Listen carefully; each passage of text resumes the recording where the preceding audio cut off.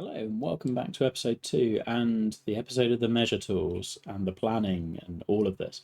Now, we are about, I don't know, maybe 24 hours of progress later. No, probably not that much. Probably about 10, 12. And this is what we've done, and it may not look like that much, but this is a lot of thinking. Um, so, things that I've been trying to work with. Number one, we've been looking at objects and what we want to incorporate and how the trees are going to look. And I'm super excited to use the cypress trees. I think they look great. Of course, I'm not planning on releasing this series until the course is actually out. So, yeah, you'll have seen them already. But it gives you a bit of an idea of the things we're looking for. And I've started trying to work in corridors and roughly how the holes are going to work. These are not by any means finalized. And any hole might still be ripped up, any routing might still be changed, etc. But it gets a rough idea of how I'm going to use it, and I start visualizing the course as a whole. I kind of view this as the equivalent of like architects making their plans, putting it all on paper, walking the property multiple times, and then they kind of go, "Yeah, that's going to work," or "No, we've checked this, we're doing this, and too many times," and all of that. Um, I then started kind of just checking my memory is pretty high. We're at 81%, and I've got most of the objects I want on there, but I haven't really. Yeah, we're going to work on a clubhouse as well. Um, I think we'll be okay for memory, but it might be tight. So I've then started marking out, as you'll see, like areas. So this might be the driving range over here, which would be a decent location for one because it gets you close to the edge of the plot. Where there's going to be, now I'm not sure whether I'm going to do paths yet. Probably won't, but I will do some pedestrian access paths. And there's also going to be roads towards some houses that are on the interior of the property. And I've made a few of those because they were easy things to do that didn't, when I wanted a break from thinking. Um, so yeah, we've done bits of that. I've looked at rough hole ideas. I've moved a few holes, so 17 got moved. I've just a tiny bit to the right. Um, and I've started working with the land a little bit more. We've worked out where our maintenance area is going to go, how the barranca's coming in on 2 and 16, and just checking that we're okay with the walk around, which I think I will be.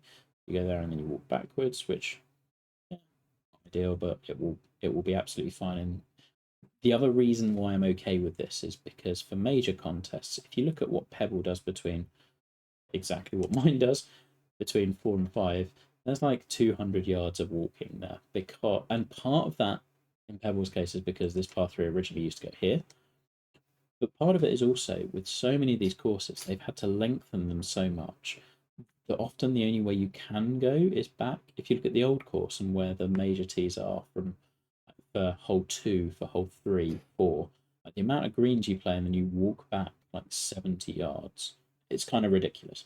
So I'm less worried about those little routing hitches. And in some cases, like 16, this green was too good not to use as a green site, just perched over the barranca. I really like. Yep, I could have brought it a little bit closer in, but I like it where it is. And I figure that's the sort of thing that I shouldn't stress too much about in this contest. Um, what else have we done? So started roughing in some ideas, and that's what most of the measure tools are. The other thing that I noticed when I was up at the Open at Hoylake was the thing that surprised me was the amount of entrance points there were to the course. We came in behind the second tee, for example. There was the main entrance for park and ride people. So you could come in this way. You could come in potentially maybe up here. Uh, we're definitely going to have one between 15 and 8. We're going to have one up here. And then this road is going to be leading to some properties over there. I've kind of started fencing off areas where I think we're going to be using housing, because I do think in this case that adds to the atmosphere of the course and environment for these courses, and nailing that feeling of place is really important. Everyone at the top end of the contest, everyone's technical work is going to be really good. The whole design's probably going to be pretty good for everyone as well. The difficulty level, the very top guys, they're all going to nail it. They're all thereabouts. Environment isn't what separates it necessarily. Like you're probably going to come back to the holes and the routing and like just how you felt playing it. But environment and nailing that is the one thing that's more than anything else, I think makes your course stick in people's minds in a contest where everything else is good for everyone else. That and are the golf holes memorable are going to be the two things that I'm working on. And I think I've got the latter nailed. I'll make sure I've got the former as well. And I've started putting down stands and working out where those are going to go for key holes. There are going to be stands on most holes. I know Pebble doesn't really have them, but I think it kind of could use them for this course. And we're not going to be too prescriptive about how we're doing it. I have made one routing change. So after 8, I realised you were going 9, and then there was this par 3 on very like benign, boring land. Now, I don't mind having a bit of a benign par 3 or on flatter land. In fact, I kind of really wanted one. I didn't want all of the par 3s to be coastal, but this land just wasn't really suggesting very much to me. And whilst I can make it pop with bunkering and the cypress trees, when I realised I could pop the barranca in play as well, I think that gives me a chance to make that planting really shine too in a nice spot. It also ties it in nicely with 15, so you'd see that green just across there. And whilst I might change exactly where it is and move it maybe a little bit more this way, I thought that was quite a nice, obvious, this would be a great spot for a par 3 in a way that this one never was. Now, there is one knock-on effect to that that I don't love, which is now that we've gone to a 34-36 split, but it is what it is. And I was never going to let that drive my decision. It's got to be what's the best hole that's there. So we're fine with that. That also means that 11 now kind of straightens up. 11 is going to be one where with the lighting, I've got to be really careful, and I may end up tweaking where this hole is, kind of based on lighting in part, because it's just such a killer. That said, I've got the other thing I've ended up doing has been looking at lighting in a big way. Now, we have to set 4 rounds of conditions for this. So I've played around with what does morning do, what does afternoon do, and those things. And they're quite straightforward. Morning, the game sets it to 9 o'clock. Afternoon, it sets it to 3 o'clock. So if you go at noon, you get 3 very distinct different times. So I can change my default is going to be whatever I put on here. But I know that I also want to test how it looks on morning and afternoon. So my plan at this stage is to have noon be kind of like this, and then we're going to have some haze and some clouds possibly, and I will chuck that on. So whether the default conditions are slightly overcast might be something we look at, but I know I can always put overcast, which goes very dark, so we're not going to do that, or light cloud might be another option. But what I can also do is put it to, by doing my round settings, I can give you the lighting at 9 o'clock, which is a cool angle. It looks horrible with the haze, but what we're going to be doing is we're going to be setting it to clear. So it looks like this, which suddenly looks really nice. So why have I spent the time that I've spent in looking at this? Well, the main reason is because I want to set my lighting really, really early so that I know where I'm planting, what I'm planting, how the planting looks. I've got an idea of where shadows go, and I can just do really quick changes in game and just go, okay, if I'm planting 8, for example, what does it look like when it's 3 o'clock? Okay, oh, it looks like this. Right, I've got to be really careful, and that tree's got to be moved because it's casting a shadow on the green. Stuff like that. But it was really important to get that right now. So the 2 things I wanted to get really set: orientation, inclination. Time of day I know is kind of movable. The haze and fog I can change, but as long as I've got the directions sorted, that was important. So then, as I said, we started working through those sorts of things. We've got some surfacing down, all in very rough form. And I started looking at stands, particularly down on the point right at the end, which I think will work quite nicely. As mentioned, we're going to end up with more stands than on Pebble. That's fine. I think it works out.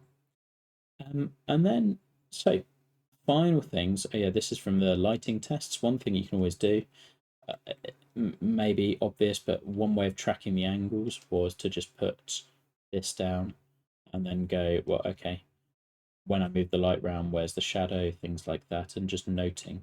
So when I was playing morning, for example, before I worked out the 9 a.m. thing, I was just drawing like lines going, oh yeah, it was from this tree and it came back to this T, that sort of thing.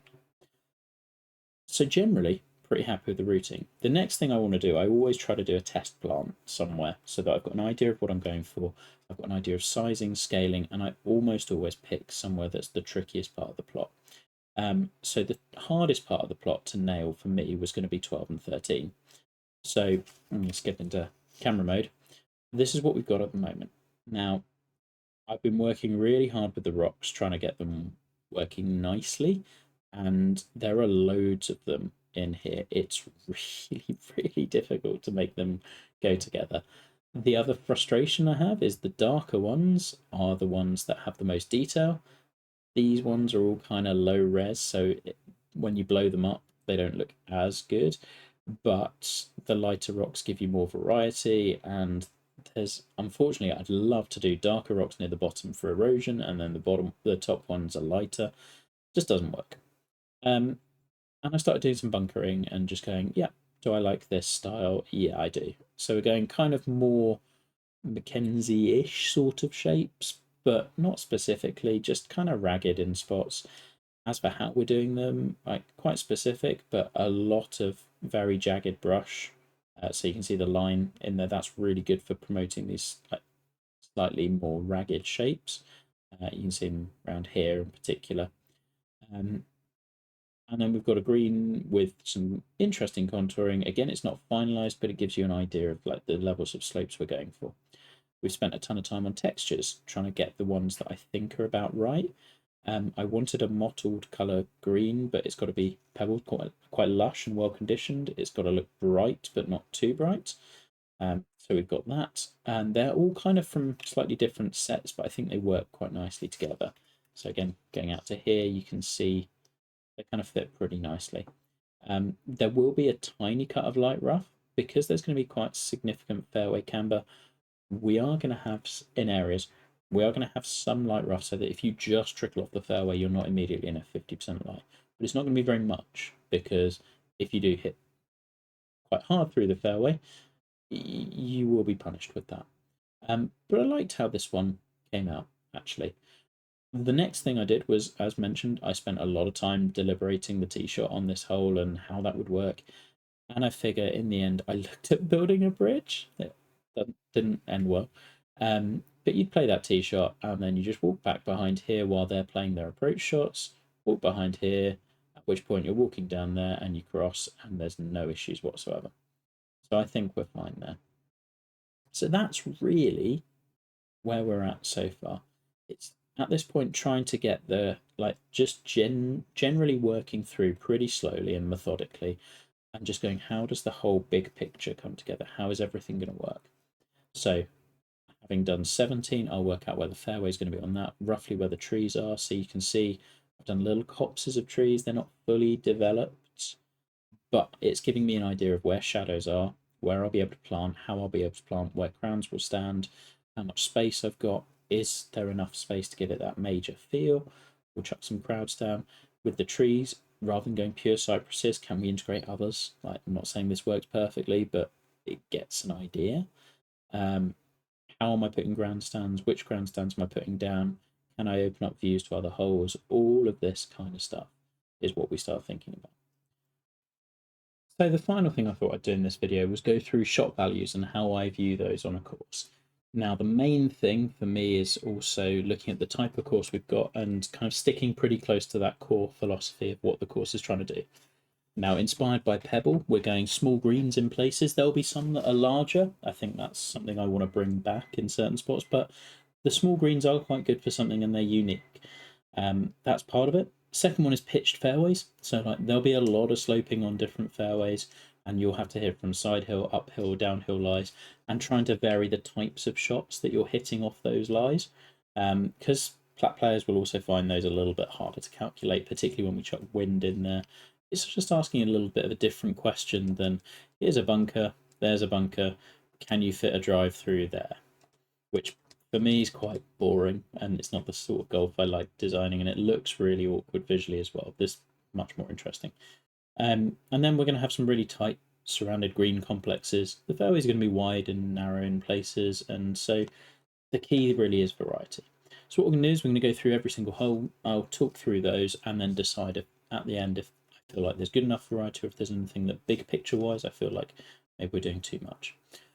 One thing I've already done is gone through and calculated how many are dogleg lefts, dogleg rights. It's a bit trivial, but you don't want to get to the 18 and realize you've got like 5 more left doglegs than you have right, for example. Okay, so one, we're asking for potentially a 3-wood shot to the heart of the fairway, but I might even bring the tee up a little bit more. You could squeeze a driver down here and open up the green a little bit more.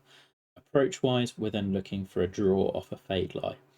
So we're going right to left, you want to work a shot in that way. It's going to be a small green, this is probably too big, and it's going to be heavily pitched back to front, so you've got to control spin. 2, longer par 4, so 550. This one's asking for a fade over the barranca. You want to hug the right hand side as much as you can. Want to check that that's doable, and whether I'm not asking you to. The one thing you've got to be wary of with kind of cut the corner holes is when you're hitting on a straight line, if you land there, you're still going to roll through to the center and you never get the angle. So you've got to be really careful that you can provide this. And then if you're on this side of the fairway, you're then dealing with hitting over a bunker to landing on and rolling on, but avoiding the trouble on the right. So on the first hole, trouble was kind of short left. Second one is down the right, longer approach shot, very different shot value. 3, I'm thinking it's really just control a pitch to a green that runs away. That seems to be the sloping that we've got. So again, slightly different sort of challenge, really much more of a positional play. So 1 and 3, shorter holes that are positional off the tee. 4 is just going to be hit a really good iron shot to a narrow green. This is quite a big version of what it will be, but it gets the idea of like that kind of kidney bean sort of shape, but really narrow back part that I'd want you just going, you've got to be absolutely perfect to get an iron all the way back there, and you're bringing in a lot of risk both sides. For the front, we'll do some interesting stuff around about here. 5, that hogs back, so you've got to absolutely shoot this middle part. If you go too far right, you're off the cliffs. If you go too far left, then you're leaving yourself a big angle in over that bunker. You will have a tiny space to run it in on, but it's really bringing danger into play. I will expand this just a touch, but it's all rough ideas. Not really sure what the green's going to do, but again, this one's testing very accurate tee shot. If you are over this side, it's off a draw lie, which will kind of help you work it in. But to a pin out here, you'd have to start it over the cliff, which is always a little bit scary. 6 is just a drop shot short par 3. That's just testing wedge accuracy. I haven't worked out how I'm going to do that, but there'll be a pin way out here, and it's just going to be a compartmentalized green that's maybe small, maybe bigger, probably bigger. 7. So again, on the right, this one's funky at the moment because of what the land is doing. You can see the basic brush moves we've used.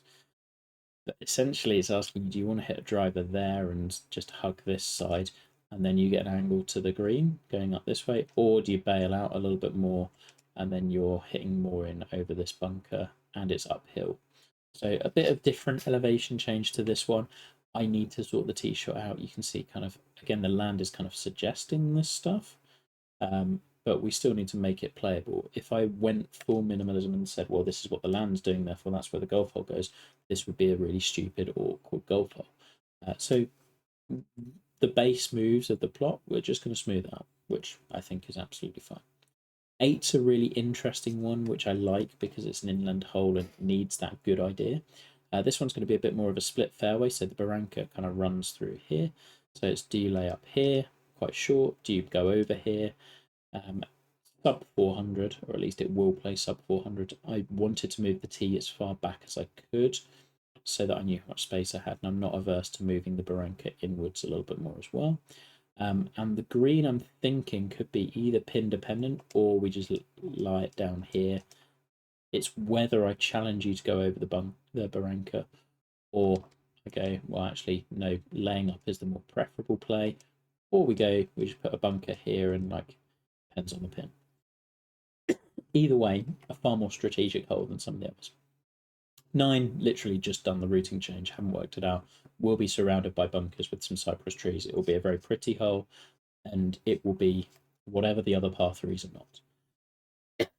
10, hitting a really strong fade around the trees, and basically this one's going to be, the idea is from pebble 3, so it'll be quite a narrow fairway, and it's just if you go through the other side, you are really fighting a difficult battle because of where the green is and how it's bunkered. Now, I'm kind of seeing it's on a little bit of a rise, so I'm seeing a green that's more going down this way and quite narrow, or shallow rather. So if you do go through this way, you're off an awkward lie, hitting a fade the way the land is moving. I do want to have this one be a positive camber because we've got enough reverse cambers elsewhere. So we looked at 1 was reverse camber and 16 is going to be as well. It's possibility 11 might be, but we'll look at that. So it's got to do positive, and then that can also help you work the ball around. But yeah, it's going to be about what we do with the green complex there. So I need to think carefully about that one. 11 is kind of placeholder at the moment. I quite like the idea of a straight away par 5 if I can make it work.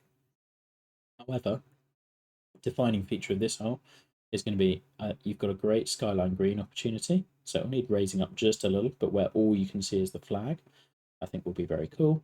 And this one is going to just ask for a running shot where you're bouncing it on and going to there. Now, what I might do, because there's a little hint of a hill going this way, one thing that I find works quite nicely is asking people to start it right of the green to bounce it in left, or vice versa. Depends where the slopes are going. This one, when I flesh out this area of the plot a little bit more, will make a bit more sense. But really, it's going to be, I like the idea of you're looking at the ocean and you're just hitting a long shot and bounce it on. I think could work.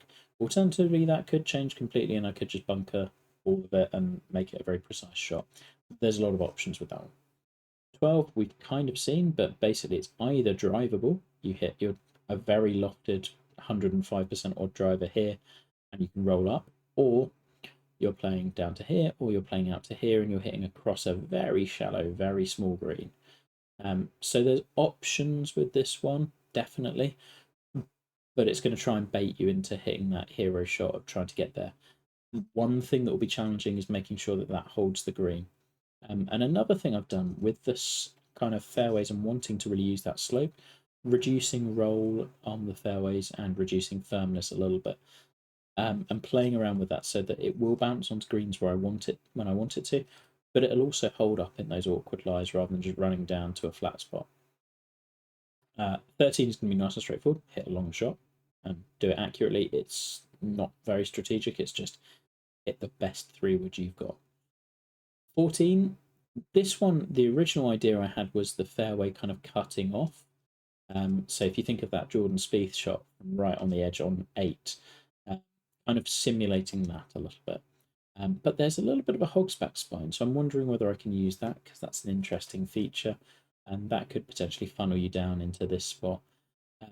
As for where the cliff goes, it's probably driver, but it's going to be that awkward, yes, it might be, no, it might not be, and how do we make that work well? And then on the other side, it's just going to be kind of a cauldron ringed by bunkers. It's really going to be all carry, with fairway swinging out this way a little bit as well. I don't think I'll do a kicker slope coming in. This one's just going to be you've got to hit 2 good shots. There's no like strategic alternative. Part of the reason with that, by strategic alternative, I mean like it's not going to be a Redan kicker slope. They're really fun, but you don't want to overdo them. Speaking of 15, this one is going to have the Redan, and it works because it's uphill and it's 520 odd yards, and it may get longer if I pull the tee back a little bit further. This one, I quite liked that I had this hill here when I started massaging the plot a little bit, and it made sense with where 16 was and how the plot was working.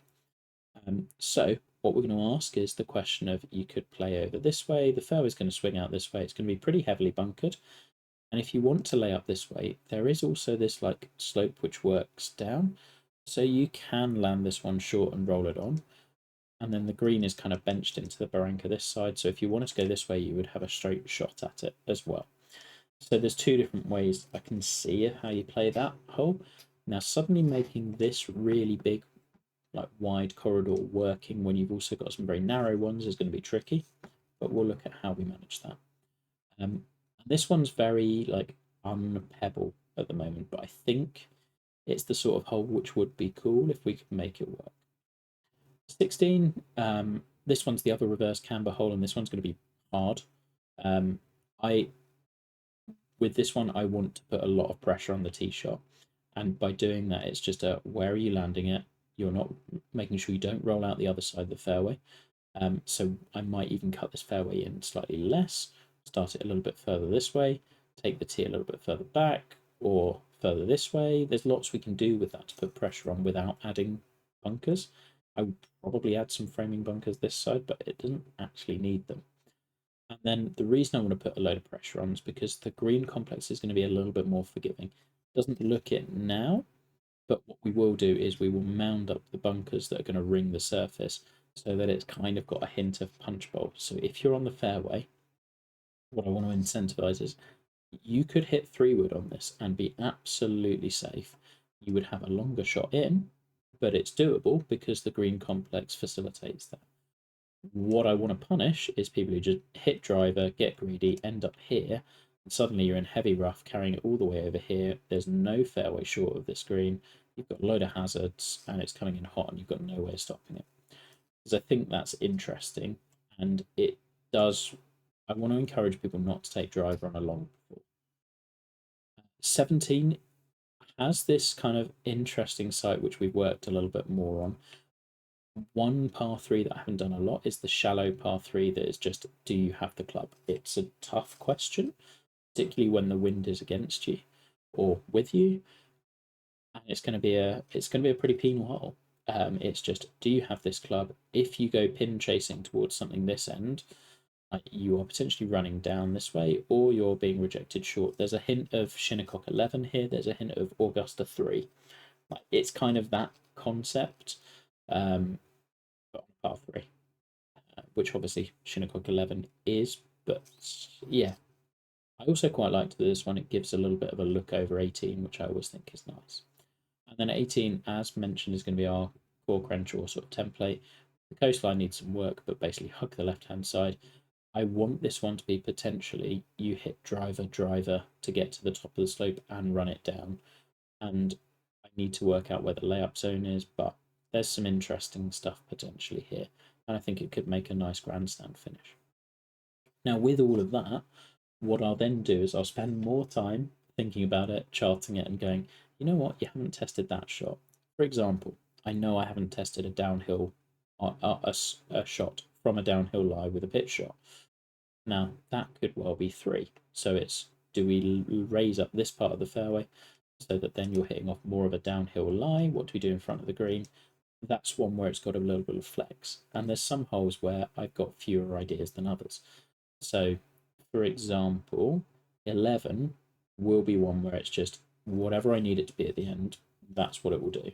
Whatever the other 2 par 5s aren't doing, or whatever I feel I haven't done elsewhere. The same is kind of true with 7. Like, that could change. It's pretty malleable. What I want to avoid doing too much is just hug the trouble and get a good line in, because that can get frustrating if you do it too much. But yeah, that's kind of the mix of holes. The same is true with 9. Like, what probably is just going to have a funky green complex. So there we are. So that's kind of how I go about thinking about these things and fleshing out a plot, and loads of thought goes into it. And once I'm kind of satisfied that it's as good as it can be, we'll start going and we'll start building out all of the holes. But really, most of it's going to do what we're doing on 16 at the moment, where it's all placeholder. I'll fly around it a ton and then start building holes. And then when I get to play testing, we'll blow up certain holes a number of times, and I will be recording them. So that's episode 2. Hopefully useful, and like gives you an idea of the sort of planning that we go into and testing and all of those sorts of things, and why you do all of that stuff early. Because if I get into having filled out all 18 holes and then I realize I've got a big mistake, there's nothing I can do about it. Or if I realize the lighting doesn't work, there's not much I can do. If I've thought about those things early on, I've got a fighting chance of being able to change them. So yeah, there we go. Hopefully you enjoyed. See you again soon.